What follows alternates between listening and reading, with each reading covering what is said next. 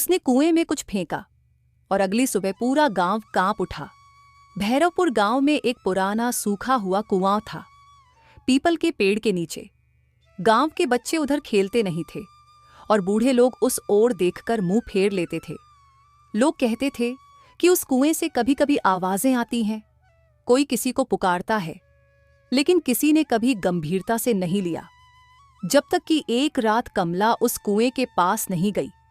कमला, जो चुपचाप रहती थी, उस रात अकेली कुएं के पास पहुंची और एक कपड़े की पोटली उसमें फेंक दी। कोई नहीं जानता उसमें क्या था, लेकिन अगली सुबह गांव में तूफान आ गया। गायों ने दूध देना बंद कर दिया। 2 लोगों को अजीब बुखार हुआ। वे सोते सोते चीखने लगे, लेकिन जागते ही कुछ याद नहीं रहता।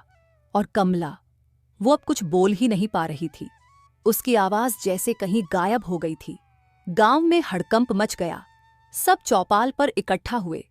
उसने क्या फेंका कुएं में? ये जरूर कोई टोटका है, किसी ने कहा, या कोई पाप छुपाया है, कोई बोला। कोई जवाब नहीं था, क्योंकि कमला अब भी चुप थी। सिर्फ उसकी आंखों में डर था, गहराई तक उतरा हुआ डर। गांव की सबसे बूढ़ी औरत सुक्खो बाई धीरे से बोली, ये कुआं शांत नहीं है, ये सज्जा देता है। कोई चीज वहां जाकर छोड़ना मतलब वहां के गुनाहों को फिर से जगाना। धीरे धीरे बात खुली। कमला का पति, जो अब इस दुनिया में नहीं था, कई साल पहले गांव के मंदिर से सोने की एक मूर्ति चुराकर लाया था और डर के मारे उसे उसी कुएं में छुपा दिया था।